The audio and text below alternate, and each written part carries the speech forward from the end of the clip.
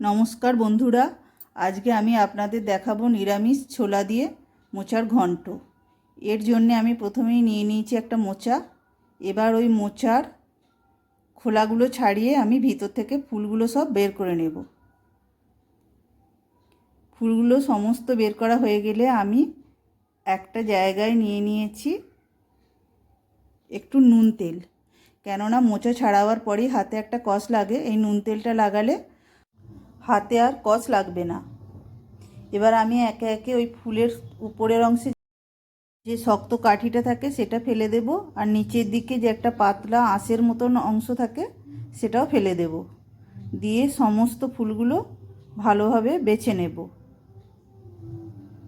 নিয়ে আমি একটা পাত্রে জল নিয়ে নিয়েছি, আর এই মোচাগুলো আমি বটির সাহায্যে কেটে নেব। মিহি করে কাটবো, কেটে একটা পাত্রে জল নিয়ে ভিজবো। সব মোচাগুলো কাটা হয়ে গেলে জলে ভিজিয়ে রাখবো। রেখে আমি এখানে নিয়ে নিয়েছি কাটা আলু। এবার একটা প্রেসার কুকারে ওই ভেজানো মোচা ছেঁকে তুলে আর ওতে আলুগুলো মিশিয়ে দিয়ে ওতে দিয়ে দেব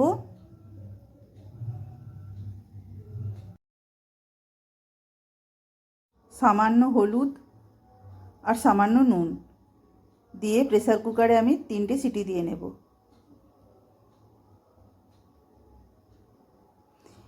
আমি এখানে নিয়ে নিয়েছি বড়ি আর নিয়েছি কাঁচা ছোলা। এখানে আমি একটা বাটিতে হলুদ গুঁড়ো, লঙ্কা গুঁড়ো, জিরে গুঁড়ো, ধনে গুঁড়ো সব 1 চামচ করে দিয়ে আর সামান্য জল দিয়ে একটা পেস্ট বানিয়ে নেব।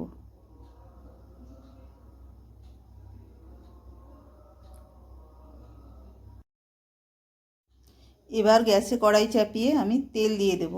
দিয়ে তাতে বড়িগুলো প্রথমেই ভেজে নেব। বড়িগুলোকে আমি লাল লাল করে ভেজে তুলে নেব। এবার আমি কড়াইতে দিয়ে দেবো জিরে, তেজপাতা, শুকনো লঙ্কা ফোড়ন। ফোড়ন হয়ে গেলে ওর মধ্যে আমি পেস্ট করা মশলাটা দিয়ে দেব।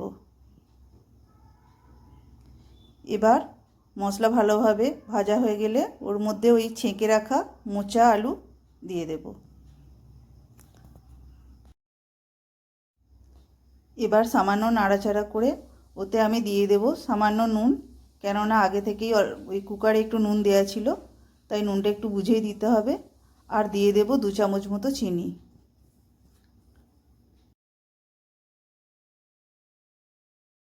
এবার ভেজানো ছোলাগুলো দিয়ে দেব, দিয়ে ভালোভাবে নাড়াচাড়া করে এবার আমি ওতে দিয়ে দেব মশলা বাটি ধোয়া জলটা।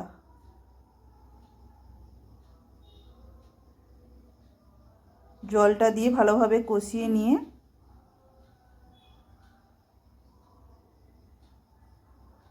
ওতে আমি ভেজে রাখা বড়িগুলো দিয়ে দেব, আর দিয়ে দেব সামান্য গরম মশলা আর ঘি। দিয়ে ভালোভাবে নাড়াচাড়া করে শুকনো হয়ে গেলেই নামিয়ে নেব মোচার ঘন্ট।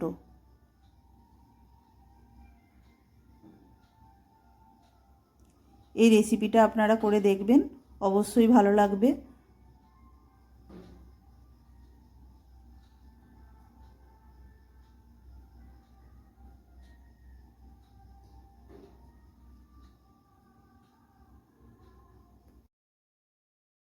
ভিডিওটি ভালো লেগে থাকলে অবশ্যই একটা লাইক দিয়ে দেবেন ও চ্যানেলটি সাবস্ক্রাইব করে দেবেন।